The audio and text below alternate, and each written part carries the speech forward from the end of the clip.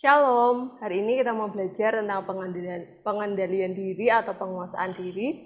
Sebelumnya kita mau baca dalam 1 Korintus pasal 9 ayat 24-25.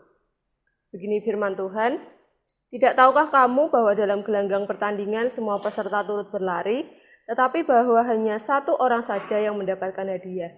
Karena itu larilah begitu rupa sehingga kamu memperolehnya. Tiap-tiap orang yang turut mengambil bagian dalam pertandingan menguasai dirinya dalam segala hal, mereka membuat demikian untuk memperoleh suatu mahkota yang fana, tetapi kita untuk memperoleh suatu mahkota yang abadi." Jadi Allah memanggil setiap kita untuk satu rencana, bukan tanpa rencana, tapi kita dipanggil untuk suatu maksud tertentu. Di sini Allah membentangkan suatu pertandingan atau perlombaan di depan kita. Dia ingin menghendaki kita memenangkan perlombaan tersebut sesuai dengan kehendak Allah untuk mendatangkan kemuliaan. Karena itu kita harus berjuang sedemikian rupa dalam pertandingan tersebut untuk menggenapi kehendaknya di dalam kehidupan kita. Namun dalam memenangkan perlombaan bukan perkara yang mudah. Karena perlombaan yang sedang kita jalani ini adalah suatu perlombaan kehidupan yang harus kita lalui sepanjang kehidupan ini, sepanjang umur kita, sampai nanti pada akhirnya Tuhan memanggil kita atau Tuhan datang kedua kalinya. Di sini ada satu karakter yang harus kita miliki dalam kehidupan kita, yaitu penguasaan diri. Di ayat yang ke-25 dikatakan, menguasai dirinya dalam segala hal. Jadi kita dituntut untuk menguasai diri kita dalam segala hal dalam kehidupan kita. Apalagi di tengah-tengah keadaan dunia yang semakin tidak menentu, kita dituntut untuk bertanggung jawab menguasai diri kita agar diri kita tidak terbawa arus yang dunia tawarkan. Lalu, apa sih penguasaan diri? Penguasaan diri adalah kemampuan untuk mengekang, menahan, dan menjaga agar tetap stabil dalam batas yang wajar. Dalam batas yang wajar menurut kehendak Tuhan, bukan menurut kehendak manusia kita pribadi. Bagaimana kita memimpin, bagaimana kita mengatur, menahan diri kita secara bijaksana. Apa sih pentingnya penguasaan diri dalam kehidupan kita? Ketika kita menguasai diri kita, apalagi sebagai orang yang Kristen dalam Tuhan, penguasaan diri ini akan membuat kita berhasil dan unggul di dalam kehidupan Kristen kita, kekristenan kita. Penguasaan diri akan membentuk kita menjadi pribadi yang semakin dewasa, tidak hanya secara jasmani tetapi juga secara rohani kita di hadapan Tuhan. Kita tidak mudah terbawa arus, kita tidak mudah keluar dari jalannya Tuhan karena kita sudah dibentuk sedemikian rupa sehingga rohani kita tetap terjaga di dalam Tuhan. Bahkan ketika kita dapat menguasai diri kita, maka diri kita bisa menjadi serupa dengan juru selamat kita, yaitu Tuhan Yesus Kristus. Di sini Rasul Paulus menggunakan ilustrasi dari pertandingan lari.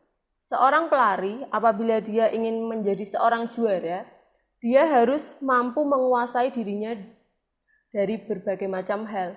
Menahan dirinya, melatih secara teratur, disiplin. Bahkan ketika perlombaan akan segera dilaksanakan, sebelum itu mereka akan dikarantina. Mereka harus mengikuti aturan-aturan yang sudah ditetapkan. Supaya nanti ketika perlombaan lari dilakukan, mereka boleh melakukan dengan sebaik mungkin sehingga mereka dapat memenangkan pertandingan tersebut. Mereka mendapatkan juara, mereka mendapatkan mahkota. Tetapi apa yang mereka kejar adalah mahkota yang fana, kemenangan yang fana.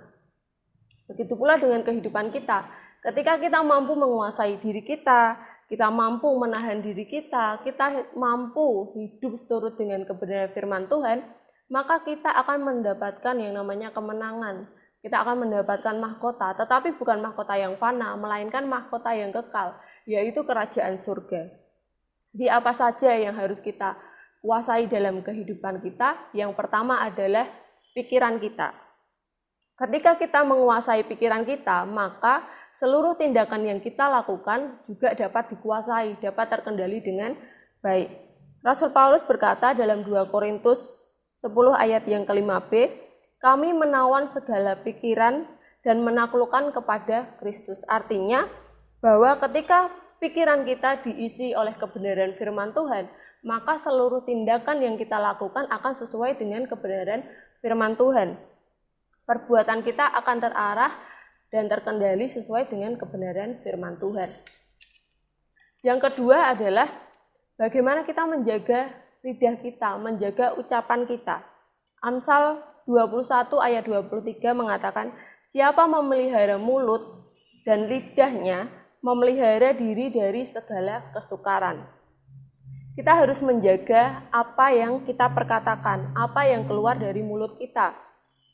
Kita harus menggunakan lidah kita untuk memperkatakan hal-hal yang positif, memperkatakan berkat, memperkatakan hal-hal yang baik. Maka apa yang kita perkatakan itu akan menjadi berkat dalam kehidupan kita. Sebaliknya, ketika kita memperkatakan hal-hal yang buruk, hal-hal yang negatif, itu yang akan terjadi dalam kehidupan kita.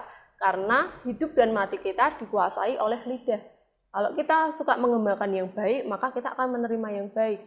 Demikian pula sebaliknya. Yang ketiga adalah mata.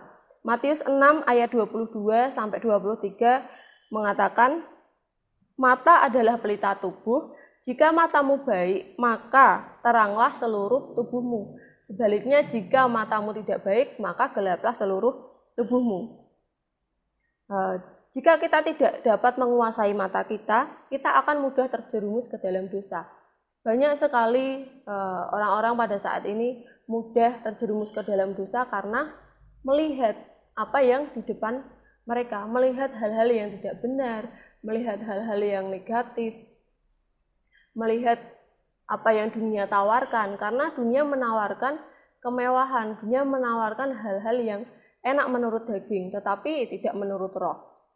Maka dari itu kita harus pandai-pandai untuk menguasai mata kita supaya kita tidak terjerumus ke dalam arus yang dunia tawarkan dalam kehidupan kita. Jadi sampai sejauh ini, sampai mana kita mampu menguasai diri kita? Apakah kita sudah mampu menguasai atau belum? Kita tanyakan pada diri kita masing-masing, karena penguasaan diri itu sangat susah, perlu proses yang panjang, perlu yang namanya bantuan Roh Kudus, karena proses yang kita lalui tidak mudah, susah. Dan Roh Kudus yang ada dalam kehidupan kita itu yang akan memampukan kita menaklukkan daging kita, sehingga kita dapat menguasai diri kita, karena manusia cenderung ke dalam dosa. Karena manusia ini masih tinggal dalam daging. Daging ini inginnya yang enak-enak, tetapi yang dunia tawarkan yang enak-enak itu belum tentu sesuai dengan kebenaran firman Tuhan. Maka dari itu kita perlu yang namanya bantuan Roh Kudus tinggal di dalam hidup kita, mengerjakan kehidupan kita, sehingga kita mampu menguasai diri kita dari berbagai macam hal. Kita juga perlu yang namanya percaya dan berserah kepada Tuhan. Maka ketika kita menyerahkan semuanya kepada Tuhan, maka Dia yang akan memampukan kita. Dan ketika kita mampu menguasai kehidupan kita, menguasai diri kita, maka penguasaan diri itu akan mendatangkan berkat di dalam kehidupan kita.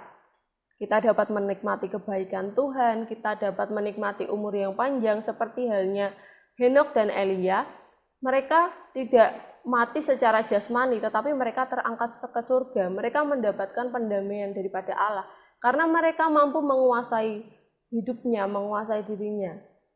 Demikian juga dengan kita. Kalau kita mau menikmati setiap berkat Tuhan yang ada dalam kehidupan kita, kita harus mampu menguasai dirinya. Terlebih ketika kita mampu menguasai diri kita, di 1 Korintus 9 ayat yang ke-25 bagian terakhir dikatakan, kita akan memperoleh mahkota abadi. mahkota kehidupan. Maka dari itu mari kita mau sama-sama belajar, kita mau menguasai diri kita sehingga kita memperoleh yang namanya mahkota yang abadi, kemuliaan daripada Tuhan. Tetap semangat, Tuhan Yesus memberkati.